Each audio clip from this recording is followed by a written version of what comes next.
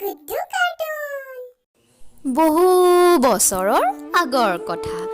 এখন বিলত এটা কাছ আছিল। সেই বিলতে আকৌ এযোৰ ৰাজহাঁহে সদায় পানী খাবলৈ আহিছিল। এনেদৰে আহোঁতে আহোঁতে সিহঁতৰ সেই কাছটোৰ লগত বন্ধুত্ব গঢ় লৈ উঠিল। সিহঁত তিনিও লগ হ'লেই সুখ দুখৰ সকলোবোৰ কথা আলোচনা কৰিছিল।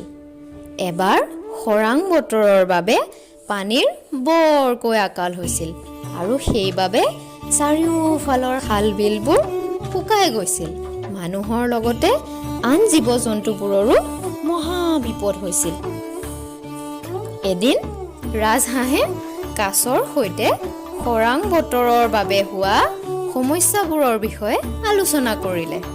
তেওঁলোকে লগতে এইকো আলোচনা কৰিলে যে যদি এনে ব্যৱস্থা অব্যাহত থাকে তেনেহ'লে তেওঁলোকে অতি সোনকালেই সেই বিলখন এৰি অন্য কোনো ঠাইলৈ গতি কৰিব লাগিব, নহ'লে তেওঁলোকৰ মৃত্যু হোৱাটো নিশ্চিত হ'ব।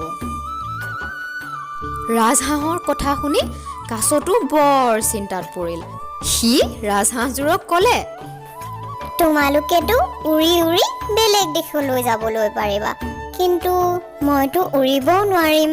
বন্ধুহঁত, এই বিপদৰ সময়ত তোমালোকে কিন্তু মোৰ লগ এৰিবা দেই। এই কথা শুনাৰ লগে লগে ৰাজহাঁহযোৰৰ মনটো বৰ বেয়া লাগিল আৰু সিহঁতে কাছটোক ক'লে, নাই নাই বন্ধু, আমি বন্ধু হৈছোৱেই যেতিয়া এই বিপদকালত আমি তোমাক কেতিয়াও লগ নেৰোঁ। আমি আৰু কিছু সময় চাই লওঁ, যদি বৰষুণ নিদিয়ে তেতিয়াহ'লে আমি এই বিল এৰি আঁতৰি যাব লাগিব। এনেদৰে এদিন দুদিনকৈ এসপ্তাহ বাট চালে, কিন্তু বৰষুণৰ কোনো আওভাও নেদেখিলে। শেষত ৰাজহাঁহটোৱে তেওঁলোকৰ সিদ্ধান্তৰ কথা কাছক জনালে। কাছটো মহা বিপাঙত পৰিল। সি এতিয়া কি কৰিব? ৰাজহাঁহৰ ভৰিত খামুচি ধৰি সি কান্দি কান্দি ক'লে, বন্ধু, কিবা এটা উপায় কৰা, নহ'লে মই নিগমে মৰিব লাগিব।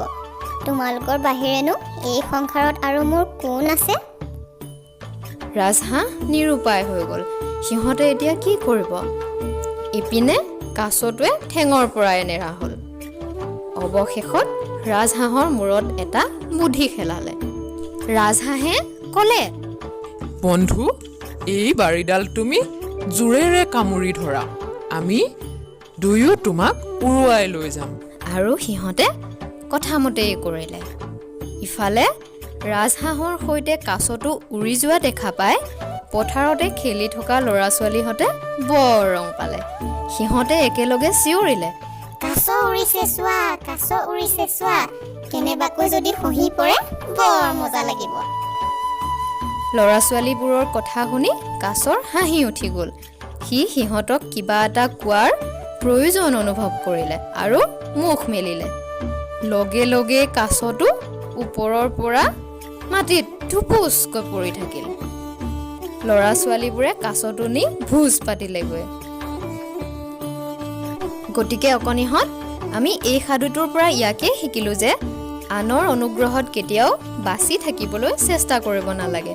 লগতে আগ পিছ নজনাকৈ কোনো ধৰণৰ সিদ্ধান্ত কৰিব নালাগে, নহ'লে তোমালোকৰো সেই কাছটোৰ দৰেই অৱস্থা হ'ব।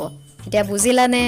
তেনেহ'লে আজিলৈ বাই বাই অকণিহঁত। পুনৰ এটা ভিডিঅ' তোমালোকৰ মাজলৈ লৈ আহিম দেই, তোমালোকে চাই থাকিবা।